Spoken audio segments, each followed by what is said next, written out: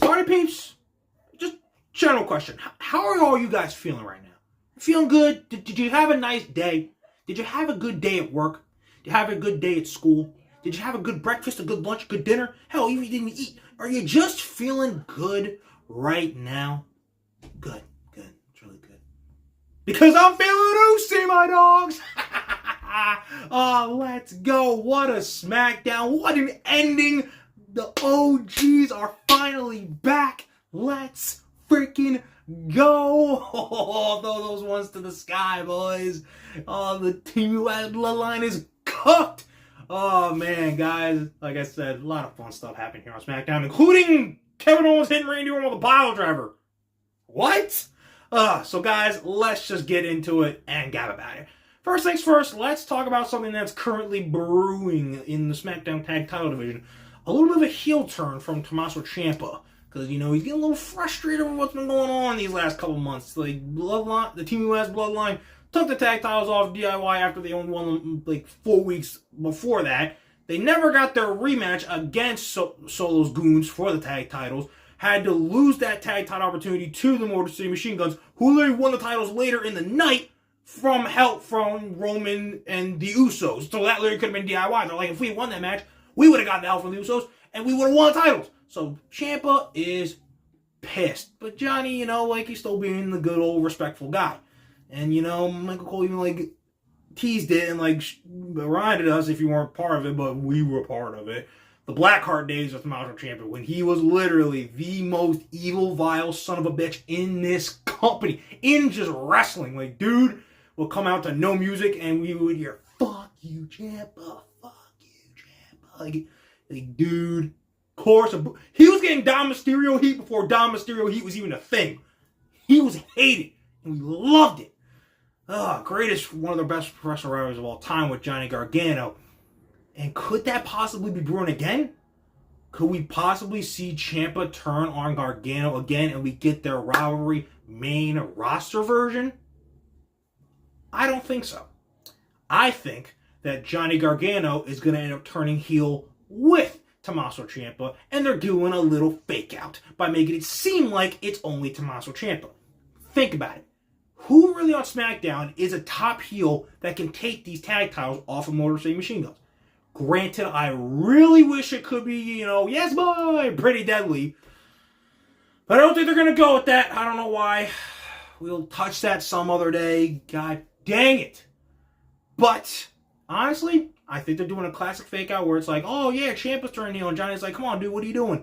And then like when the moment comes, he'll be like, guys, I'm sorry about him, all this and that. Johnny will be like, Shelly, Saban, I know you guys my whole life, I'm really sorry. And then bam, super kick in the face, beat their asses, and long story short, DIY turns heel together. Really for the first time as like a long-term thing, because they really were only heels together as a team for like maybe like 2 weeks.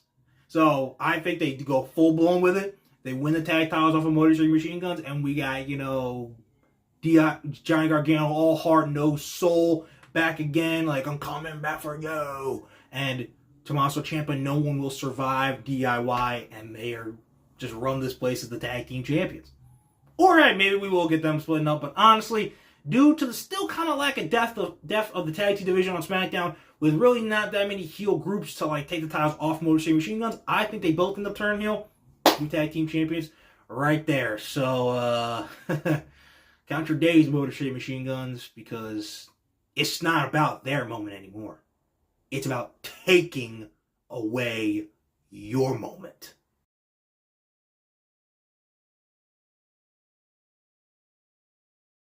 Okay, guys, let's talk about something that I really think pretty much all of us were not expecting tonight and did not have on our bingo cards. Really just the 2024 for WWE at all. Somebody had a pile driver tonight. What? Kevin Owens had a pile driver on Randy Orton. What? Let that sink in. We're like, wait a second, why is that a big deal?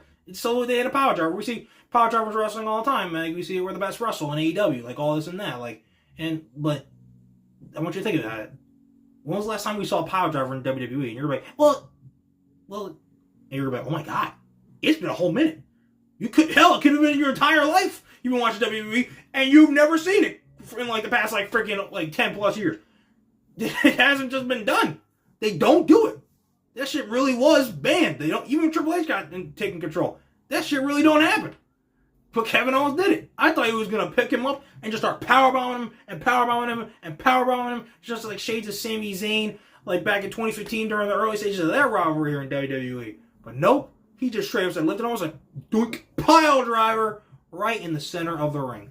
And then Cody Rhodes comes out. They take Randy off to the hospital. He's gone for at least till after Survivor Series, or maybe more. They might, really sell this. But ultimately, Cody didn't come out to help him. He came way late. So Randy, has that reason for wanting to turn on him later. But again, I know I sound like a broken record, but they're really not helping my point unless they freaking do what I freaking keep telling them to do.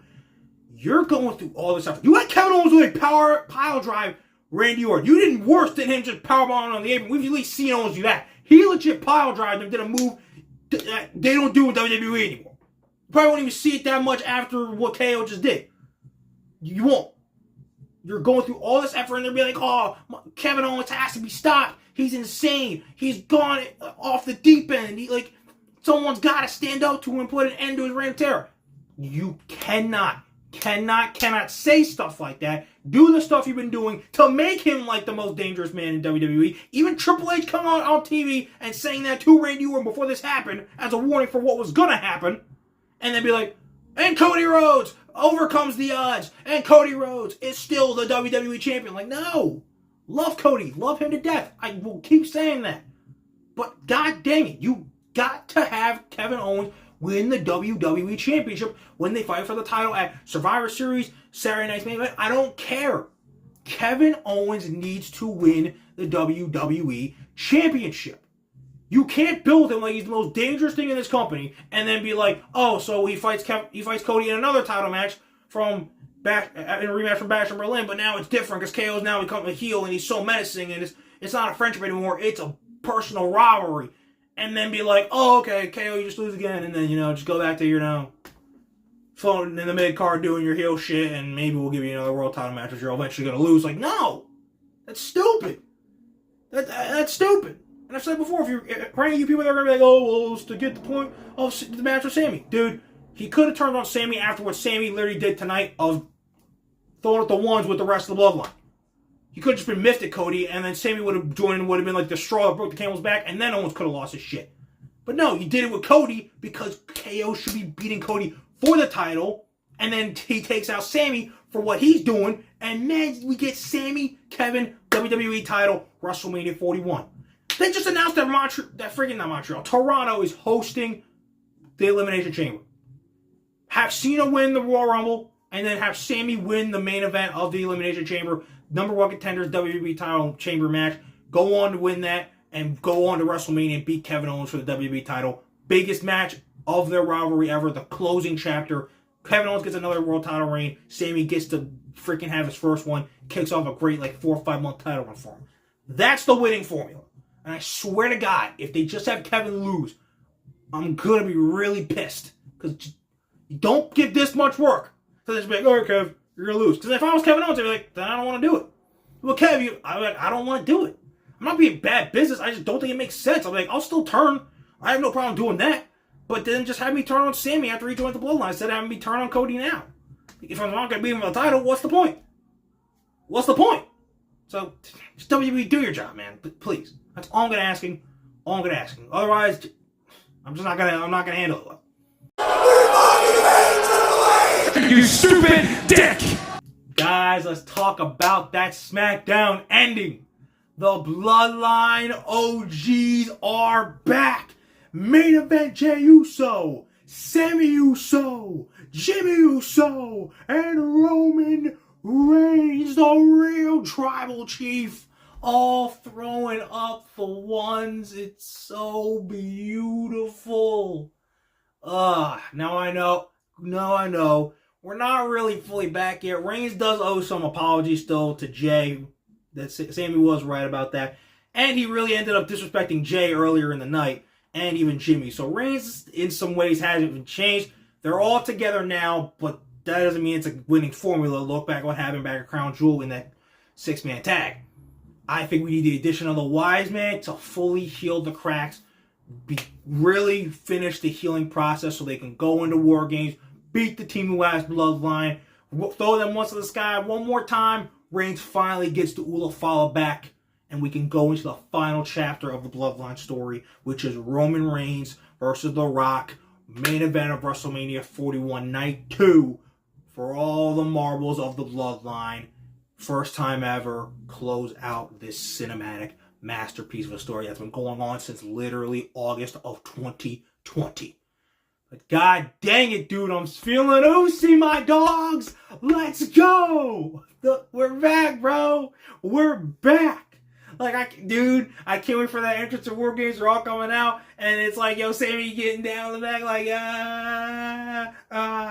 just like the good old days, dude. But god dang it, they cut out right before Zayn and Jimmy were out to do their old handshake again, dude. You saw Jimmy getting ready for it. But god dang it, dude. It feels so good. It feels so damn good for this all to come full circle. It was so great the first time, but it's so great this second time because we got through the turmoil of them all basically fighting each other, and now we have gotten back to the Usi reconciliation. It's a beautiful moment. The world is healing. Solo, count your days, bitch. You fucked around all year. You're about to find out in 3 weeks. There's only one bloodline. There's only one real tribal chief. And you will acknowledge them. Cinema. Okay, you guys, that is SmackDown. We are Dunsky. Put in the rearview mirror. We are done. Man, we still got so much cool stuff coming up for the rest of November. We got both Full Gear, gonna be there live, and Survivor Series War Games the week after that. Both of those are gonna be incredible. I cannot wait. It's gonna be a reason to be thankful before we start hanging the lights, ringing the bells, and watching the glorious Christmassy December moments of Saturday night's main event and World's End come to greet us with its C2 action and, 80s vibes that totally rock our freaking socks off. So guys, you're not going to want to miss any of these shows going down, and you're certainly not going to want to miss what your boy, the best gabber in the biz, has to say afterwards. So keep on liking, and damn sure keep on subscribing, and most importantly, keep on remembering that when it comes to talking wrestling, who better to gab with than Gabe right here. Okay guys, I hope you enjoyed SmackDown. It was cool. Hope you even enjoyed the new announcement of the new Women's United States Championship. Michin or Chelsea, let's go. Best options right there to win that belt, being the inaugural champion.